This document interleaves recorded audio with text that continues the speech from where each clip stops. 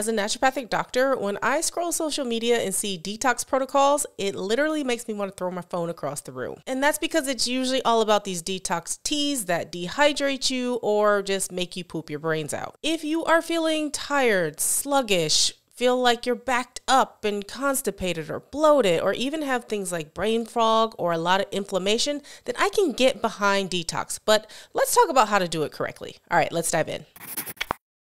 First things first, let's talk about detox and let's actually define it. So when I talk about doing a detox or doing a detox protocol, it's really all about supporting pathways of elimination. On its own, generally your body has everything it needs to detoxify itself, but sometimes you may need a little bit of support in this. And when I talk about detox, I'm talking about more of the metabolic process. So the mobilizations of toxins, the transformation of them so that they can then be safely excreted. And these toxins can come from both our environment, our diet, or internally. So things from our environment can be pollution, toxic air, all the recent wildfires and smoke, cigarette smoking, heavy metals in things like our drinking water, etc., etc. Also things like pesticides that come from our foods. But we also have internal toxins as well, like things from the breakdown of drugs or other metabolic processes that are occurring. Even the act of detoxification itself can actually make things like free radicals.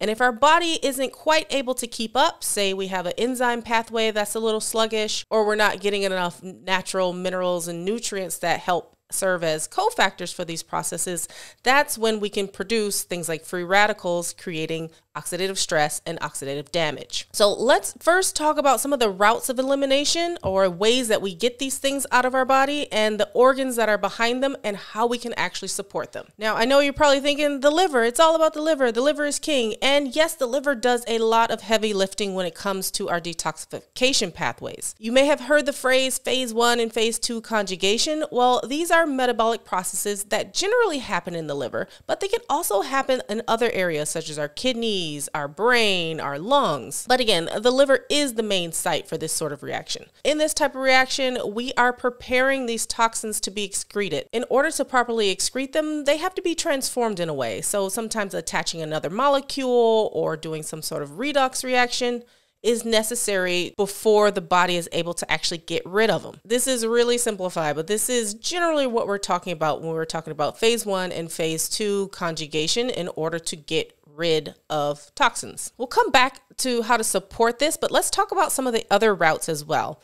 Now, one you may not think of is actually our skin. Our skin is our largest organ of elimination because you got a lot of skin. And we often do this through sweating. Now, you can do this through just exercise by getting your heart rate up and going, or you can use things like sauna, steam, heck, showers, even Epsom salt baths. Anything that's going to raise your temperature and help to mobilize some of those toxins. As you sweat, other things are also coming along with it. So not just salt, but also things like some heavy metals. So like arsenic, cadmium, lead can also be excreted via sweat as well. So making sure that you add some sort of routine to make you sweat, again, whether that be sauna after a workout or taking a hot shower or Epsom salt bath where you really start to work up a sweat, and doing this for an appropriate amount of time. Now, this is going to depend on what your tolerance is and what your heart rate is, but generally around 10 to 15 minutes a couple times a week is going to be really helpful in helping you to detox in this way. Another route, and I'm going to lump these two together, are our bowels as well as our kidneys. So obviously with our kidneys, we're using it to excrete things that come out in the urine, and also reuptake things like water. This is where making sure we're adequately hydrated is really important, because in order for us to kind of flush this out or have proper excretion of our kidneys, we do need to intake enough water. There are also a number of herbs and supplements that can help support kidney function, but this is going to be an area that you want to talk to your doctor with in case you have any issues with your kidneys or any medications you might be taking, especially for things like high blood pressure. Now, your bowels or your GI tract. Now, this is a huge one because we've all been there where we've been constipated and you feel awful, right? Because that waste is just sitting there. Not only can it cause, gas, bloating, but you just generally feel sick and just very sluggish when we're not eliminating feces properly. And again, this is a main way we kind of get rid of the stuff we don't need. And it's actually a lot of bacteria. A great way to support our digestive tract is with things like exercise. When we exercise, we're able to increase the peristalsis, which means the contraction of the GI tube. That kind of helps physically push things along. And the other way to support this, and this is also going to help with the liver, is looking deeply at our nutrition. We know that certain foods can actually help to modulate these detoxification pathways. They often act as cofactors or enzymes that help with the process of detoxification. So again, this is going to really help the liver, it's going to really help our gut.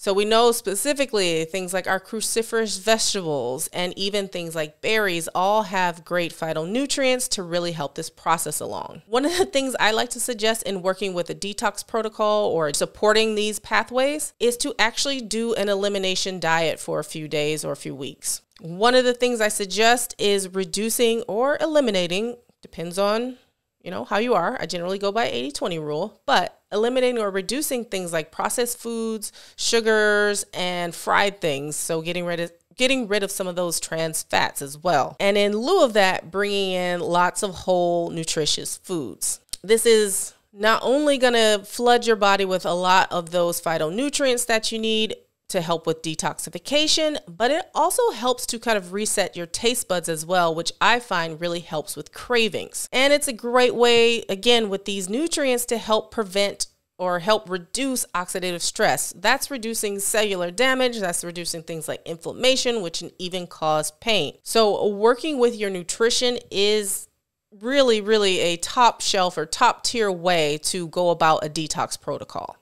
Now, this doesn't mean you have to only eat green smoothies and drink tea or go on a liquid diet, but it does mean eating more whole foods that you cook at home, lots of vegetables, lots of fiber, lots of nutrients that are going to help with this detoxification. In this way, we are supporting the liver. We're giving it the raw ingredients and what it needs to help with the breakdown.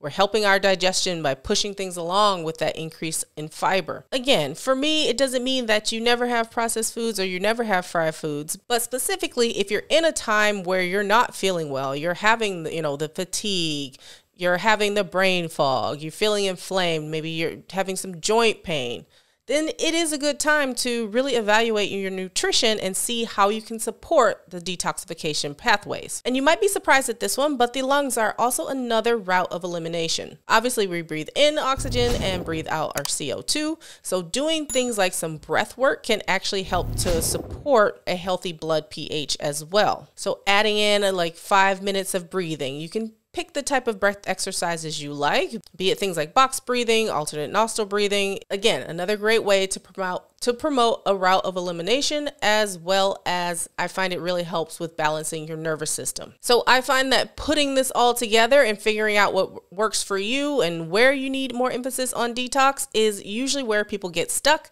This is exactly what I do inside of my coaching program, the Better Health Blueprint. So if you feel like you need a little extra support and accountability and some guidance, then why don't you click on the link in the description box and you can learn how to work with me. All right, I hope that you learned something in this video and that it was helpful. Otherwise, I'll see you in the next video. Bye.